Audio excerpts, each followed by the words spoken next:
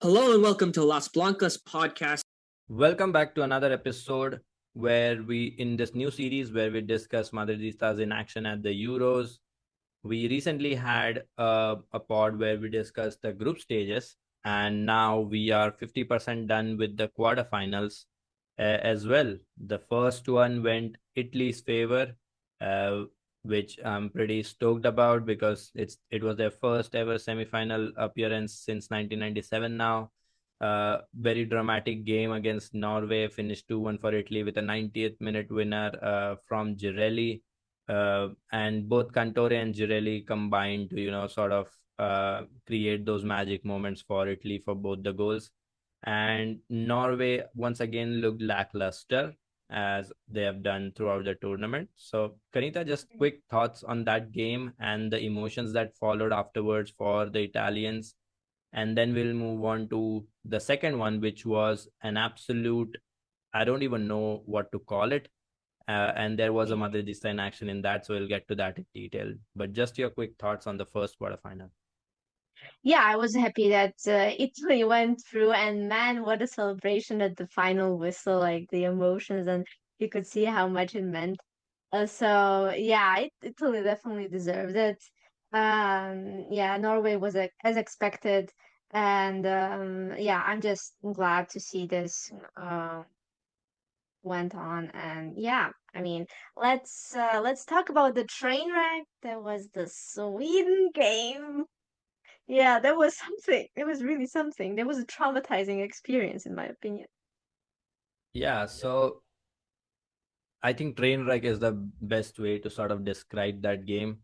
You know, Sweden versus England. Sweden started off on the front foot, scoring very early on, then doubling the lead very early on inside the first 20 minutes, if I'm not wrong. And 25.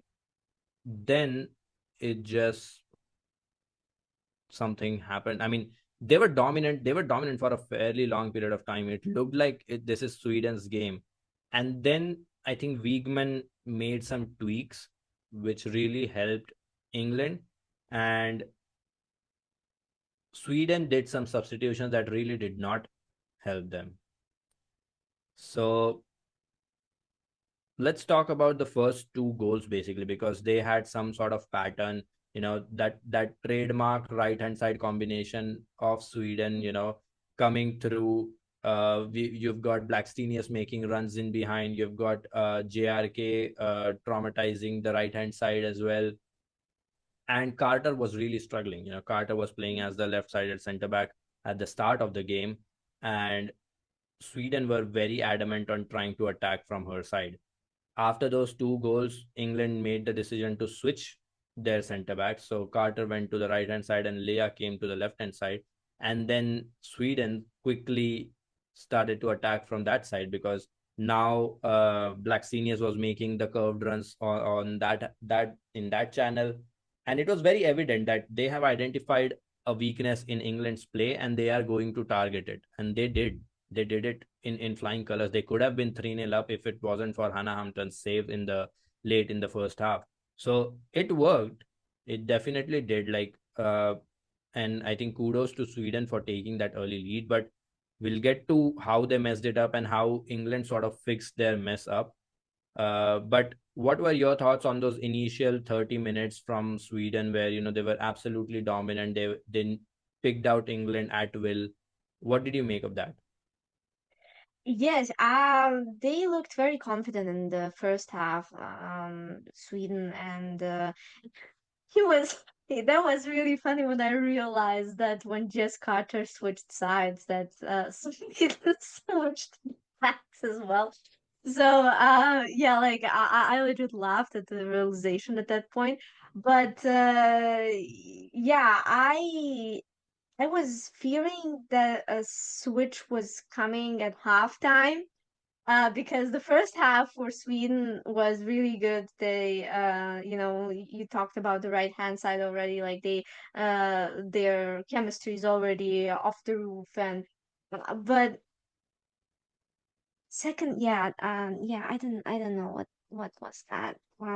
I think when she subbed off Jess Carter, and when Sweden subbed off Asllani, in the second half, then yeah, it all went plummeting down for Sweden.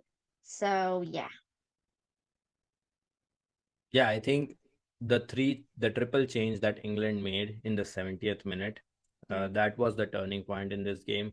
They brought on Michelle Agemang, they brought on Esme Morgan, and they brought on Beth Mead, and they took off Ella Toon, Jess Carter, and Georgia Stanway. So now there was only one midfielder technically in Kira Walsh on the field. And after this, until they scored and equalized twice, they were playing in a back three with Esme Morgan, Leah Williamson, and Greenwood. And, sort of Hemp and Lauren James were helping out in the wide areas. Lauren James and Hemp also made a switch to their sides in the first half. Lauren James went on to the left hand side because she was getting blocked very easily on the right hand side.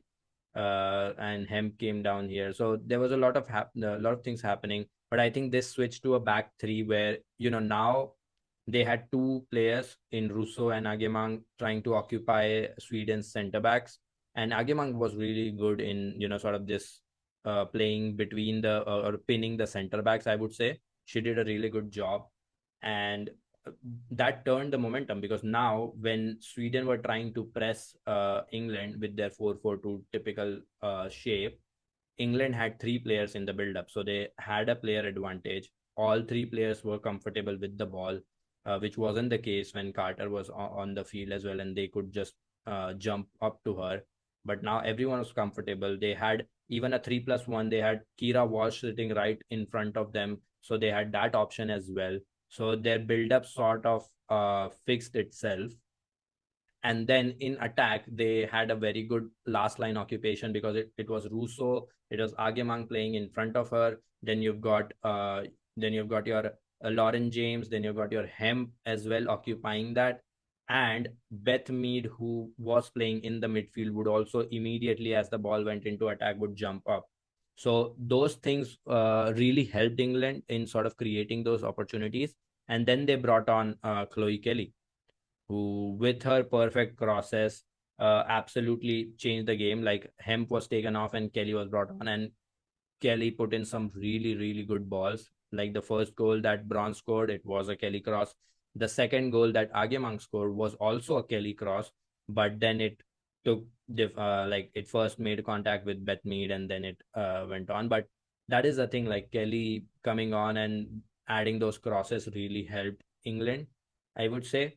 And I think beyond this, Sweden were just rattled because it was two goals in 3 minutes, and it was 2-2. And I think Sweden absolutely did not know what to do and how to deal with this at that point, and that led to their downfall. But Kanita, let's first talk about the changes a little bit, and then we'll get to the absolute train wreck of the penalty shootout that it was. Yeah, I when Chloe Kelly came on, and obviously they scored very very quickly, like in a minute or two after she came on, I think. The commentator kept saying, "Ah, yeah," and, like even after the goals, like there were free kicks, and commentator kept saying, "Okay, Kelly will put it in," and I said, "Please, Kelly, put it in." I know her crosses and her free kicks and everything. Like, make really put ball into the penalty area, please. And yeah, she did. And those two goals, and I was sweating like, oh my god, they don't have Asllani anymore. Rolfo as well. Like Rolfo and Asllani were taking off at the same time, and Rolfo was like quote unquote like in charge of the whole like the left hand side, and it's it definitely happens with Asllani was controlling that midfield and the pressing and everything, but when she came off, when Rolfo came off, that left hand side was like, yeah. And Asllani, yeah, I think she got subbed off for injury. But yeah, and I think what made most what made most sense for England. And these subs that Wiegman made was definitely subbing off Jess Carter and putting in Kelly. I think that was like the biggest thing that they did. And Agemang's positioning there in the box all the time, and how she cut inside all the time. So yeah, definitely kudos to them, honestly, for that last minutes. I mean, was 79th and 81st minute goal. So yeah, definitely put the drama in something I didn't expect to be drama. And so yeah, thank you, Sarina Wiegman. Okay. Yeah, I think like you have to give it to Wiegman because she is the sort of manager that is not known for, making these sort of changes. She has a like we discussed in the group stage as well, like she is known as a manager that likes her first 11 to be stable, that likes her subs to be stable, and that gives her result. But I think in this tenure she has had to be, sort of creative with her choices, has had to make a lot of changes, and I think she has done really well.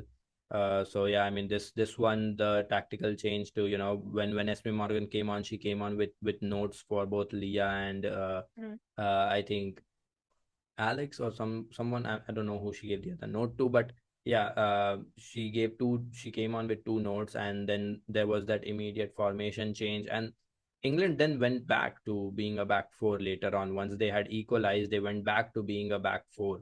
So it was Alex Greenwood once again as the left back, and it was Leah and Esme Morgan as the center back, and Bronze playing as the right back. So they went back, and that is the thing. Like they made that tactical switch just so they can provide numbers in attack. They got the result that they wanted, and then they went back to playing a more controlled sort of way. But yeah, then it went on to extra time. No goals in the extra time, and we went to penalties. And oh boy, that was probably the most horrendous set of penalties I've ever seen. Like out of the 14 penalties that were taken, five were scored. Falk saved, I don't know how many saves she made, like six or something. I don't know. She probably, like, no, I don't think it's six. I think she made like four saves. Yeah, I I think think like, it can't be six because they took seven. So yeah, it doesn't make sense. But yeah, she made a lot of saves. Uh, Sweden had the opportunity to win it. Uh, when Magda stepped up, had she scored, they could have like sealed the deal. Then Falk stepped up, and Falk was their fifth penalty taker, which is so absurd to me. How you've got Lena Hurtig on the pitch, you've got Yanogi on the pitch, both 29 years old, I think, both veterans, both forward players, and none of them even took a penalty. Very weird. They took off Stina Blackstenius before the penalty shootouts began, brought on Blomqvist. Blomqvist did not take a penalty. I just don't get it. Like, what were Sweden thinking with those decisions? What were Sweden thinking with that penalty lineup? And the penalties that we saw, like from Lauren James, it was terrible. From like the penalties were really really bad, like genuinely bad penalties. I think the only good penalties, one was from Zigioti Olme and one was from Chloe Kelly Mm. and Lucy Bronze as well. Lucy Bronze like absolutely took the roof off with her penalty. But I was so pissed watching that penalty shootout because it was so annoying. Like it seemed like nobody wanted to win, which is very strange to me. But yeah, I mean, what did you make of that penalty shootout? Someone someone posted a meme on Twitter of that. We're so back, it's so over, we're so back, it's so over, and said this game, this like penalty shootout is this meme but on steroids. And yeah, it was. I don't know what this was like. People that weren't supposed to miss the penalties were missing them. Like um I mean, especially Magda, that was a shocker for me. And then Yeah. for some reason, Stina was subbed off like right before penalties for Blomqvist, and as you said, Blomqvist didn't even shoot a penalty. Why? Why did Hurtig not shoot a penalty? Yeah, Nogi. Why would you put an 18-year-old as a decisive penalty. Why is your goalkeeper taking the fifth penalty? I don't know why there were so many whys. Like every penalty that England didn't score, Falk saved, and and most of the penalties that Sweden missed, well, they missed. It wasn't a save. So it was, oh my, I don't even know. Like I knew that like in the last series when Bronze scored right before she took that penalty, I thought, yeah, this is definitely going in. I have a feeling, not because of the player. I think like also because Falk was also being obvious with her bottle with notes, and I think even Chloe Kelly when she was taking her penalty right before hers, Falk was also being obvious. So as she went to the other side, you can see that Falk missed completely the side. So yeah, she definitely decided to switch where she would shoot, and Bronze absolutely nailed it there. And I was like, why? Like even like Falk was saving so much, I kind of knew that she was not going to save that last one, and it was hard anyway. So I don't know, like these decisions, this whole drama, this game and penalties reminded me of a certain particularity. I just have to bring it up. She's like, I mean, they were winning 2-2, then like, 2-0, then England equalized, and they went to penalties. Oh, and then decisions were made for the shootout. Why? Like, I don't know. Like, this is a rant. I would have never thought that there would be like therapy with Las Blancas for a Euros game. Okay, like this is a new one, guys. And yeah, I don't know. I will this penalty shootout will be etched into my brain, I fear. I don't know what was that. Genuinely. Yeah, I feel like this is what happens when you support Real Madrid. You are trauma bonded for life with events Yep. like these.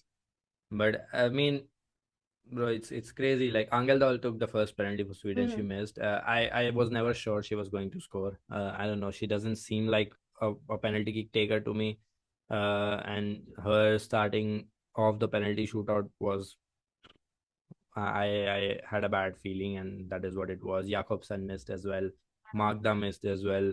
It was a disaster from Sweden, honestly. And it reminded me of the 2023 quarterfinals between France and Australia, and that game had 20 penalties, and it was so fun because like players were going the wrong way. Players were sending the keepers the wrong way. They were scoring those penalties, and it came down to the wire, because if one was being saved, the other one was being missed and stuff like this. But this was just genuinely horrendous quality Yeah. of penalties, which was very frustrating to watch.